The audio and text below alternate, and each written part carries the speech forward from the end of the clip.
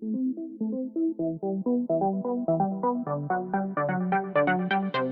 Experiment मैंने किया, outcome क्या आया? ये नीचे गिर गया। इस एक्सपेरिमेंट को मैं रिपीट करूं, आउटकम क्या आया? ये गिर गया।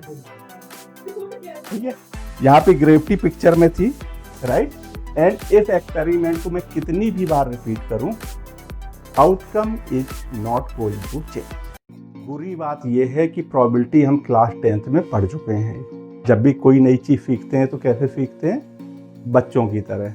प्री एजम्पशंस एक भी नहीं होनी चाहिए कि प्रोबेबिलिटी ये होती थी, प्रोबेबिलिटी वो होती थी।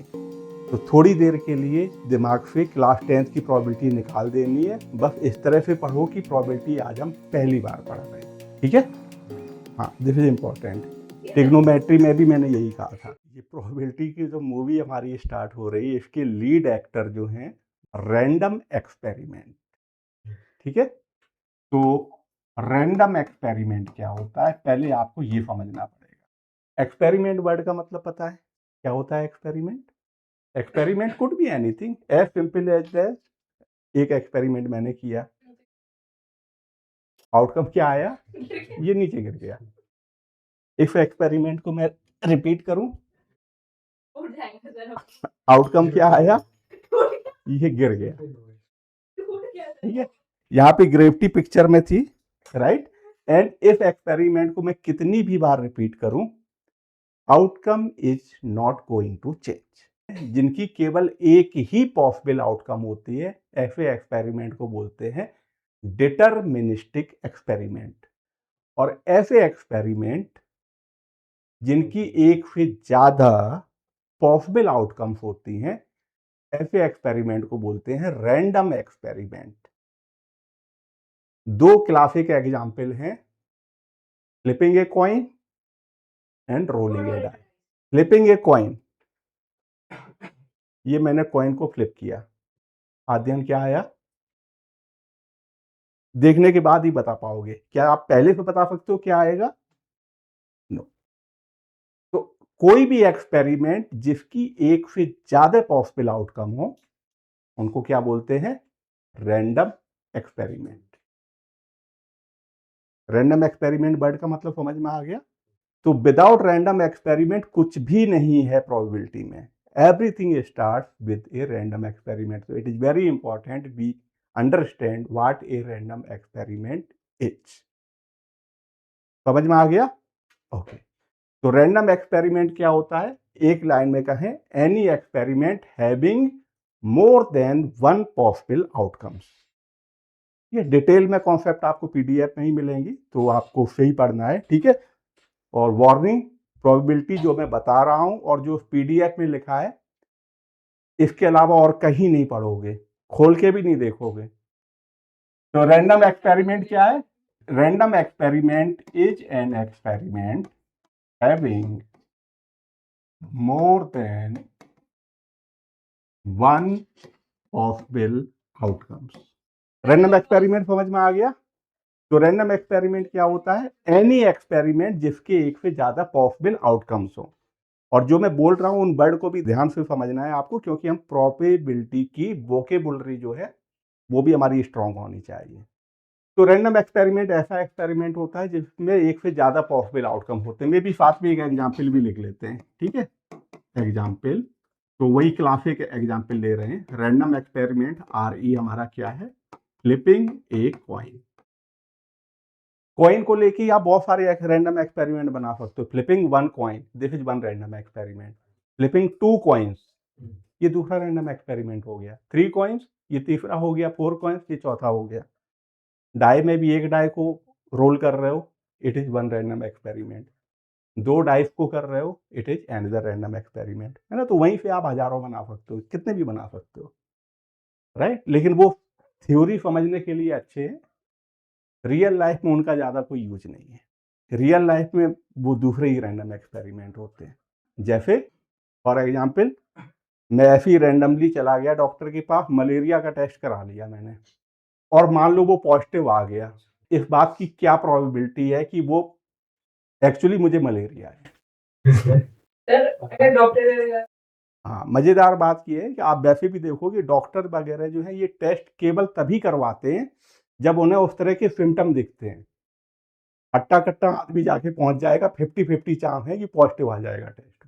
ये सारे टेस्ट प्रोबेबिलिस्टिक होते हैं, कोई भी 100% उससे नहीं बोलता है कि नहीं तुझे मलेरिया ही है। उसको स्टैटिस्टिकली कोरिलेट करते हैं, ओके टेस्ट रिजल्ट जो है ये भी कह रहा है पॉजिटिव है और आप में सिम्टम भी वही दिख रहे हैं, इसका मतलब इट इज वेरी लाइकली कि आपको मलेरिया ही है। वेरी लाइकली का मतलब मे बी इसकी प्रोबेबिलिटी 99% है, you are never 100% sure. Okay, और इस तरह के आपको रेयरली केस मिलते रहते होंगे कि बंदे को था तो कुछ और ट्रीटमेंट कुछ और चलता रहा, है ना, क्योंकि टेस्ट पॉजिटिव आ गया था। ओके, चलो ये वर्ड समझ में आ गया। अब इफ रैंडम एक्सपेरिमेंट को जब भी हम करेंगे क्या हमें पॉसिबल आउटकम्स मिल रहे हैं, या तो हेड ऊपर आएगा तो या टेल ऊपर आएगा। तो जो भी पॉसिबल आउटकम्स है उनको उठा के एक सेट में रख दो। सेट हमें पता है, इसमें एक एच है एक टी है, ये दो पॉसिबल आउटकम्स हैं। इन सारी पॉसिबल आउटकम्स को उठा के एक सेट में रख दिया, उस सेट को बोला जाता है sample space. So what is sample space? It is set of all possible outcomes of given random experiment. ठीक है, तो सैंपल स्पेस का मतलब समझ में आ गया। सैंपल स्पेस क्या होता है? Set of, okay set word लिखा हुआ है, ऑल पॉसिबल आउटकम्स ऑफ जो भी आपका रैंडम एक्सपेरिमेंट चल रहा था। मैंने कहा रैंडम एक्सपेरिमेंट के बिना कुछ भी नहीं है। ठीक है, तो इस रैंडम एक्सपेरिमेंट का सैंपल स्पेस क्या बना? H, T। जब भी आप इस एक्सपेरिमेंट को करोगे इन दोनों आउटकम्स में से एक आउटकम आएगी। Is it clear? ओके। और सैंपल स्पेस को यूजुअली लेटर एफ से डिनोट करते हैं, क्योंकि स्पेस का पहला लेटर एफ होता है, या सैंपल का भी पहला लेटर एफ।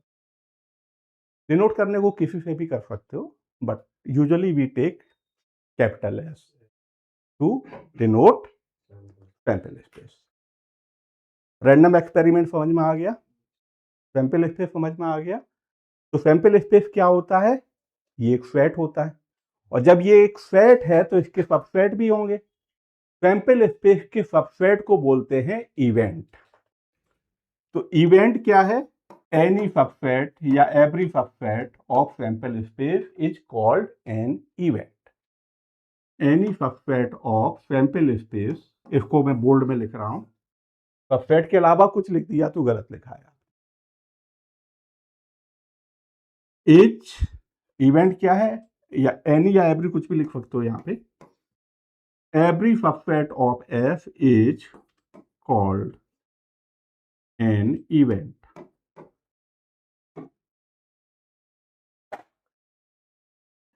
तो जब हम एग्जाम्पल पे काम कर रहे थे, यहां पे सैंपल स्पेस में कितने एलिमेंट हैं?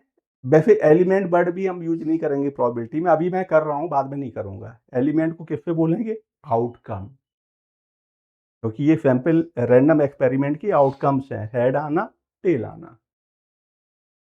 तो बताओ, सेट में दो एलिमेंट हैं, कितने सबसेट बनेंगे?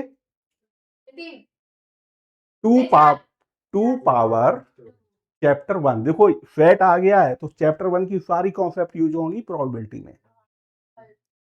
ठीक है, हमें पता है चैप्टर 1 से अगर सैंपल स्पेस में n एलिमेंट है तो सैंपल स्पेस के कितने सबसेट बनेंगे? 2 पावर n। यहां पे दो थे तो कितने बनेंगे? 2 पावर 2 मीन 4। वो 4 क्या होंगे? एक तो एम्प्टी 5 होगा, एक सिंगलटन h, एक सिंगलटन t, और एक पूरा का पूरा h, t। ये 4 सबसेट बन रहे हैं। ठीक है, इनमें से ये दो स्पेशल हैं, सबसे छोटा एंड सबसे बड़ा। अब जब स्पेशल हैं ये, तो स्पेशल नेम भी डिजर्व करते हैं। फाई को बोलते हैं इम्पॉसिबल इवेंट। क्यों बोलते हैं, आपको वेट करना पड़ेगा जब तक प्रोबेबिलिटी की डेफिनेशन नहीं आती है। और पूरे के पूरे एफ को क्या बोलते हैं, श्योर इवेंट।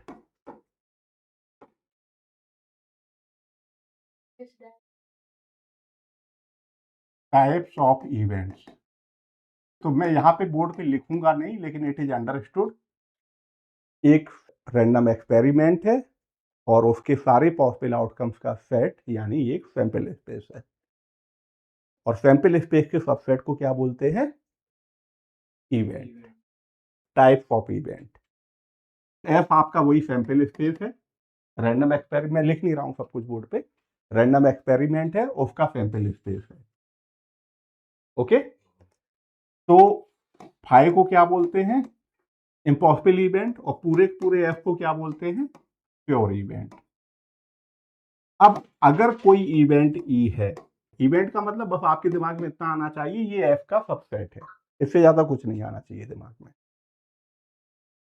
अगर ई में केवल एक ही एलिमेंट है, n E equal to 1, number of elements in E equal to 1, तो ऐसे इवेंट को क्या बोलते हैं, सिंपल, या इनका एक दूसरा नाम और होता है एलिमेंट्री इवेंट। और अगर ई में एक से ज्यादा एलिमेंट हैं,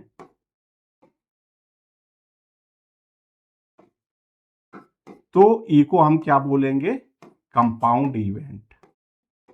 अच्छे से समझ लेना, प्रोबेबिलिटी की हम एबीसीडी सीख रहे हैं अभी, हर वर्ड का मतलब पता होना चाहिए। फिर उसके बाद probability is the easiest chapter of class 11। ये समझ में आ गया, सिंपल इवेंट समझ में आ गई,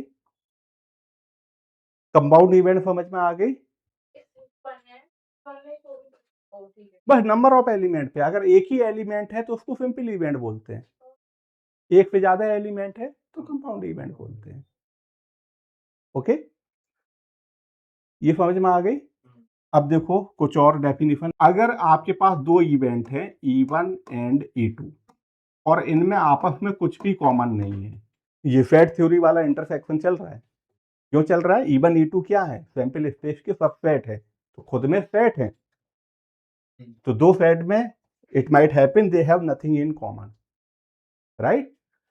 अगर ऐसा है तो हम बोलेंगे इवेंट्स E1 एंड E2 कैसी है, mutually exclusive, they have nothing in common. If E1 intersection E2 equal to 5, we say that events E1 and E2 are mutually exclusive. Definition समझ में आ गई। अगली डेफिनेशन है, अगर E1 एंड E2 इस तरह की इवेंट है कि इनका यूनियन पूरा का पूरा सैंपल स्पेस हो जाए, तो इनको क्या बोलेंगे, म्यूचुअली एग्जॉस्टिव, क्योंकि ये सारे आउटकम्स को एग्जॉस्ट कर रही है, पूरा का पूरा सैंपल स्पेस मिल रहा है। ठीक है, एग्जॉस्टिव प्लानिंग का मतलब आपने कुछ भी नहीं छोड़ा है, तो हम क्या बोलेंगे, E1 and E2 are said to be mutually exhaustive.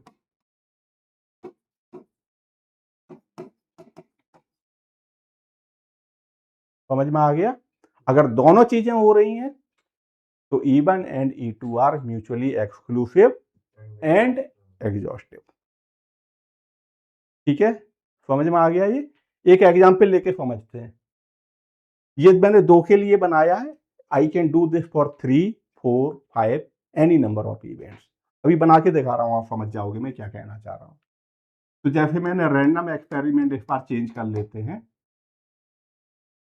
Rolling a die and observing क्या आ रहा है ऊपर। ठीक है, तो इसका सैंपल स्पेस क्या बनेगा, 1 2 3 4 5 6। एक मैंने event Lee E1 equal to 1 3 5 और दूसरी इवेंट मैंने E2 Lee 2 4 6। What is E1 intersection E2?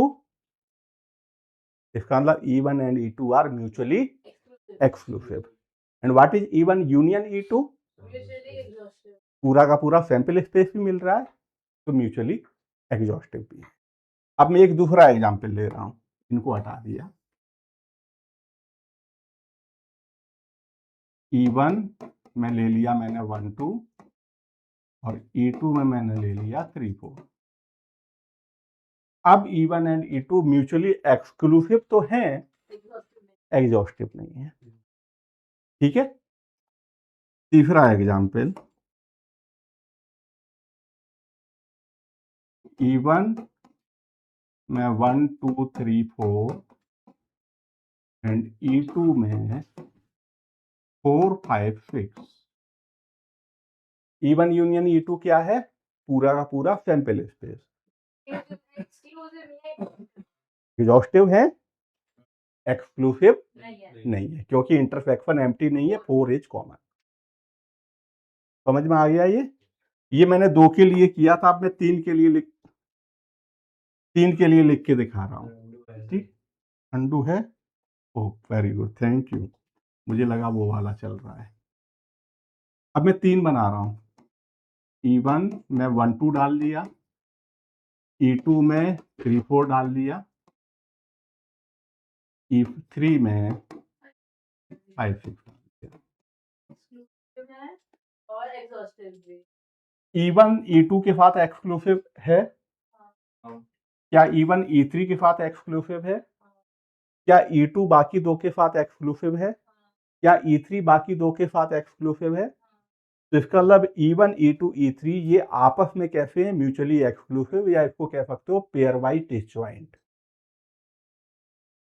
Pair wise disjoint means E1 का E2 के साथ इंटरसेक्शन एम्प्टी है, E1 का E3 के साथ इंटरसेक्शन एम्प्टी है, E2 का E1 एंड E3 के साथ इंटरसेक्शन एम्प्टी है, E3 का E1 एंड E2 के साथ इंटरसेक्शन एम्प्टी है। या इतना कहने की बजाय वी आर मैथमेटिशियन, शॉर्ट में हम ऐसे लिख सकते हैं, EI intersection EJ is empty for I not equal to J। I and J दोनों ही 1 एंड 3 के बीच में।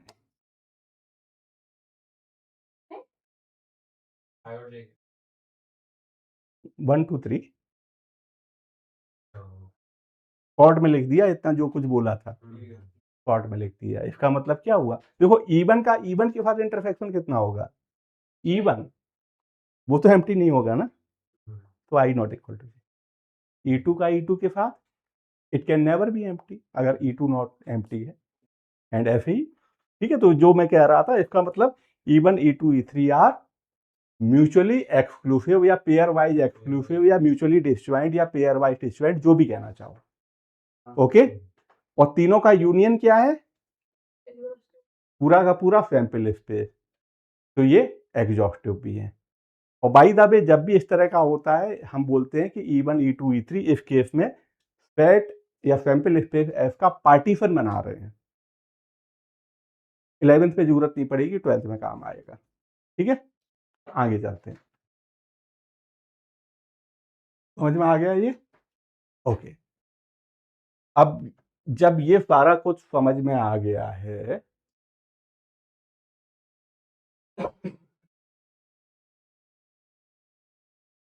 एक छोटा सा ऑब्जर्वेशन, और इस बार मैं रैंडम एक्सपेरिमेंट जो लूंगा, ना मैं कॉइन को फ्लिप करूंगा, ना मैं डाई को रोल करूंगा, अपनी मर्जी से ऐसी कोई भी एक्सपेरिमेंट ले लिया, उसका कोई भी सैंपल स्पेस लिख लिया। ठीक है। हाँ, जैसे हमने पिछला एग्जांपल लिया था में अगर कुछ कॉमन होता दो में, मतलब E1 और E2 में कॉमन होता, E3 में नहीं है, तो वो पेयर वाइज डिसजॉइंट नहीं है। आप ये कह सकते हो कि E1 E2 के साथ, जो भी आपने बोला, इसके साथ डिसजॉइंट है, E3 के साथ नहीं है, what ever is the case. तो मतलब तीनों पेयर वाइज डिसजॉइंट नहीं है। पेयर वाइज का मतलब E1 बाकी दो के साथ है, E2 बाकी दो के साथ है, E3 बाकी दो के साथ है। अगर ऐसा हो रहा then you will say they are pairwise disjoint. मतलब वो तीनों एक्सक्लूसिव तो होंगे ना फिर? यस, एग्जॉस्टिव नहीं होंगे। अगर उनका यूनियन मिलके पूरा का पूरा एफ है तो एग्जॉस्टिव हो जाएंगे। एग्जॉस्टिव की डेफिनेशन ये है, बस उनका यूनियन सैंपल स्पेस के इक्वल हो रहा हो।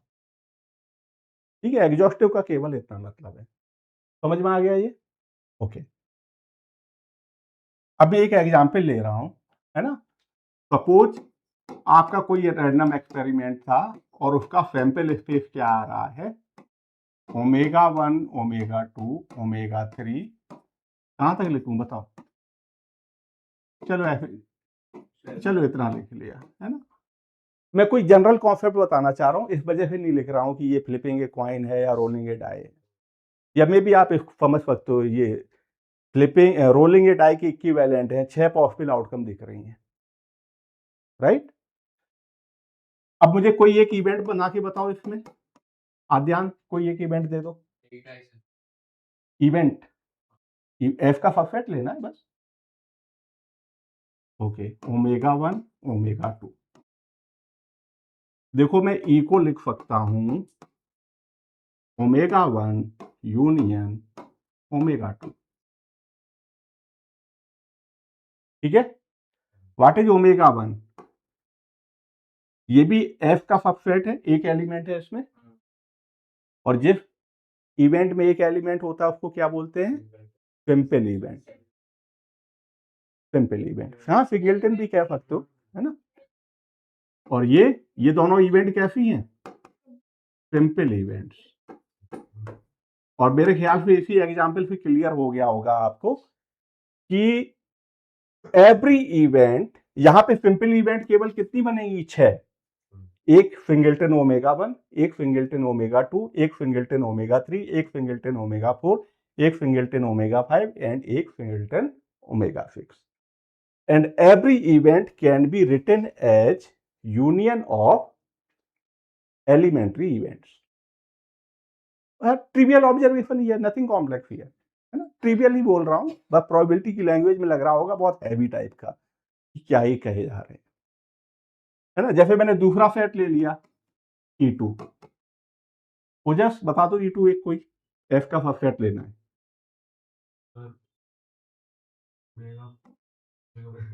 ω1 बस, ω2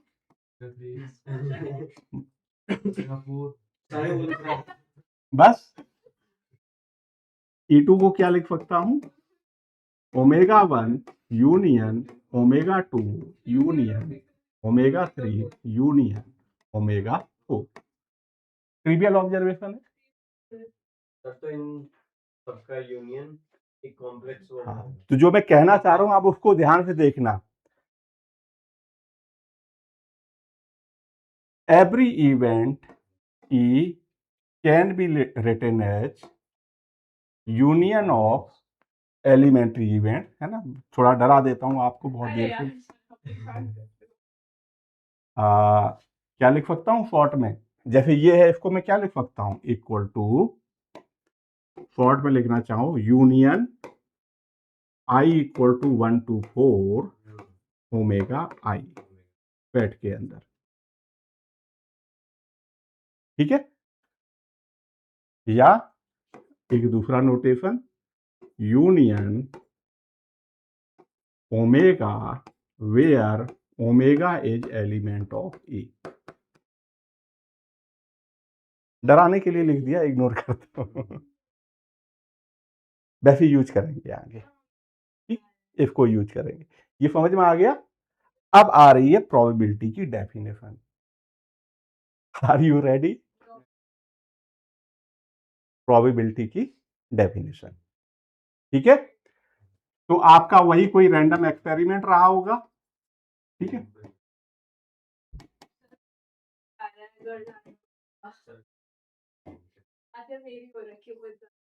चुपचाप बैठो।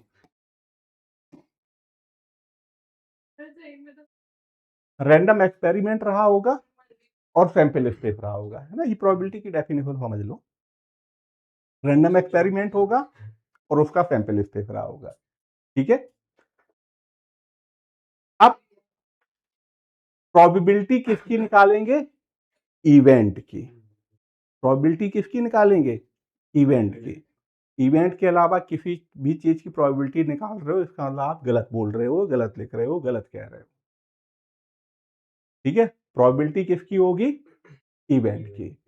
और हर इवेंट की प्रोबेबिलिटी जो है ये एक वैल्यू आएगी 0 से 1 के बीच में। मैं डेफिनेशन देने जा रहा हूं, ठीक है। तो प्रोबेबिलिटी ऑफ ई, प्रोबेबिलिटी किसकी निकालेंगे? इवेंट की।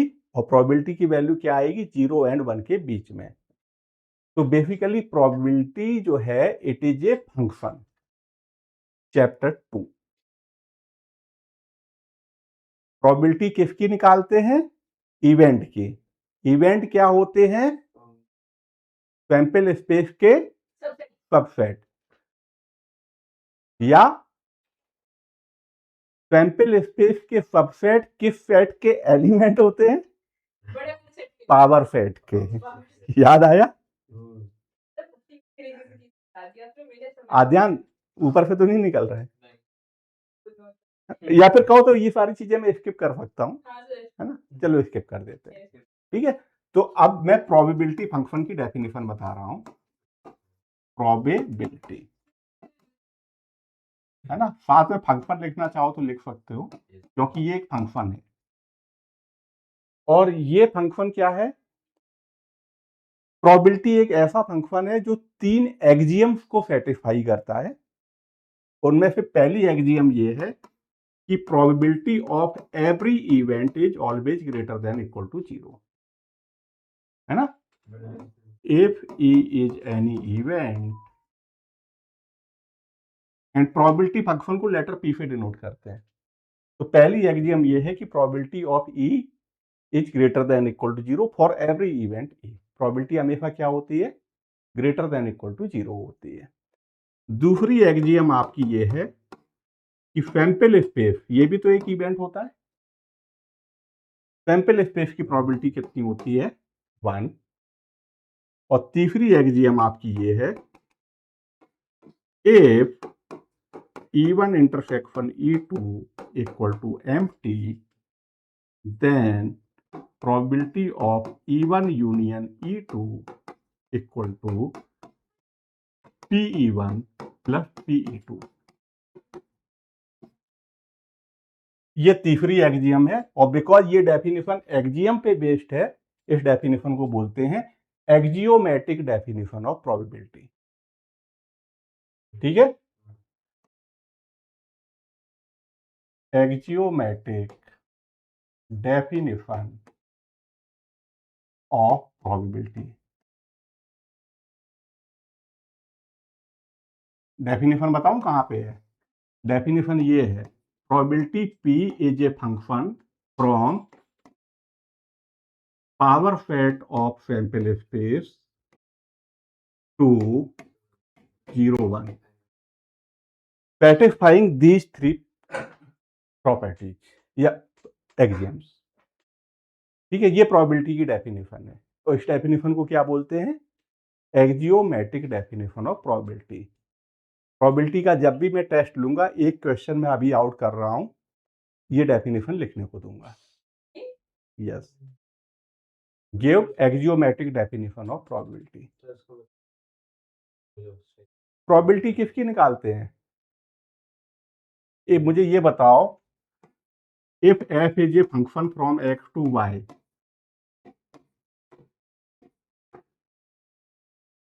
तो एफ ऑफ एक्स, एक्स इसका एलिमेंट लोगे, और ये एफ एक्स क्या हो जाता है? ये इसका एलिमेंट हो जाता है, वाई का।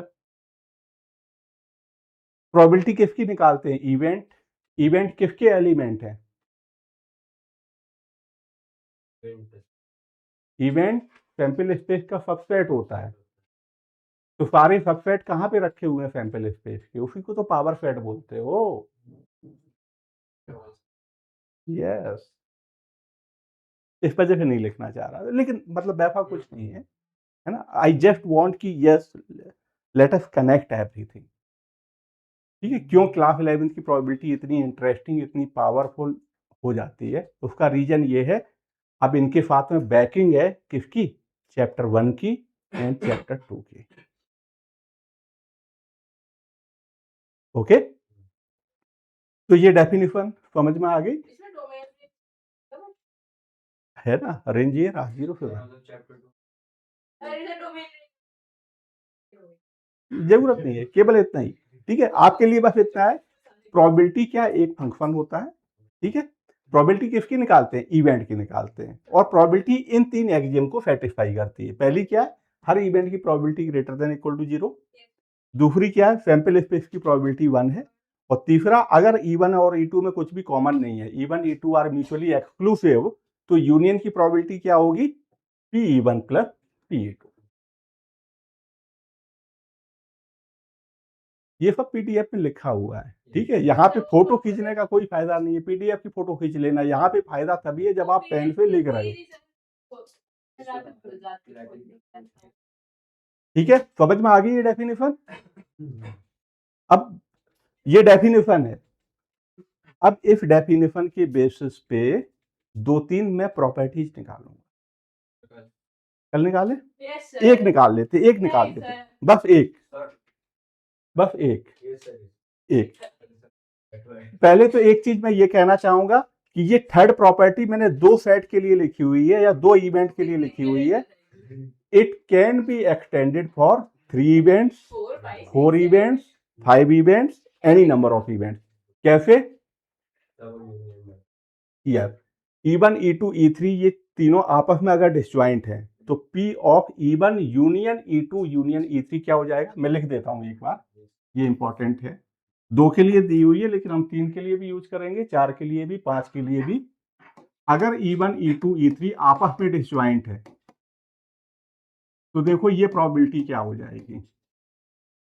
पहले तो मैंने इन दोनों के बीच में ब्रैकेट लगा लिया, I can do this, union is associative. Doesn't matter पहले आप E1 यूनियन E2 और फिर यूनियन E3 निकाल रहे हो, या E1 union bracket E2 union E3 निकाल रहे हो, वैल्यू हमेशा सेम आएगी।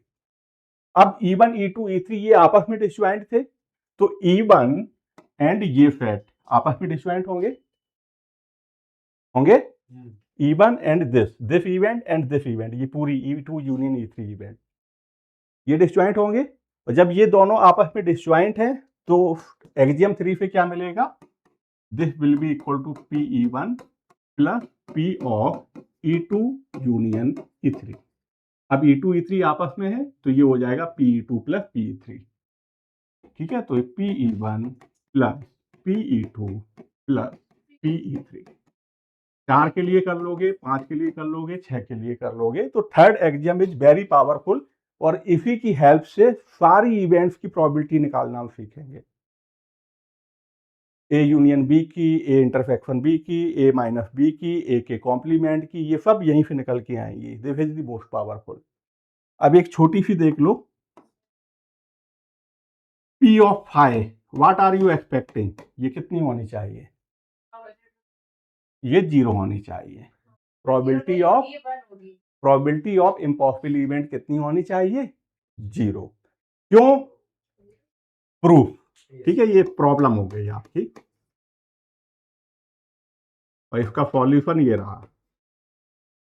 देखो, मैं F equal to S union 5 लिख सकता हूं, F है ना। और ये प्रोबेबिलिटी में जो सैंपल स्पेस है ये किसका काम करेगा, यूनिवर्सल सेट का।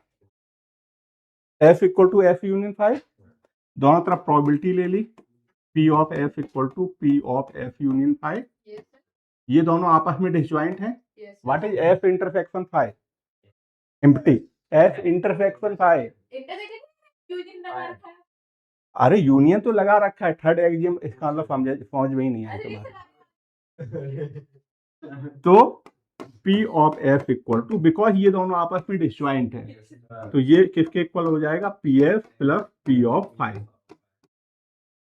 PF कैंसिल हो गया, या तो चाहो वैल्यू रख के कैंसिल कर दो, PF is 1, PF is 1 by axiom 2, और या डायरेक्ट भी कैंसिल कर सकते हो। तो 1 equal to 1 plus P5, P5 कितना मिला, एम्प्टी सेट की प्रोबेबिलिटी कितनी आ गई, एम्प्टी सेट भी इम्पॉसिबल इवेंट की प्रोबेबिलिटी कितनी आ गई, 0। ठीक है। 50% कॉन्सेप्ट हमारी प्रोबेबिलिटी की हो गई है।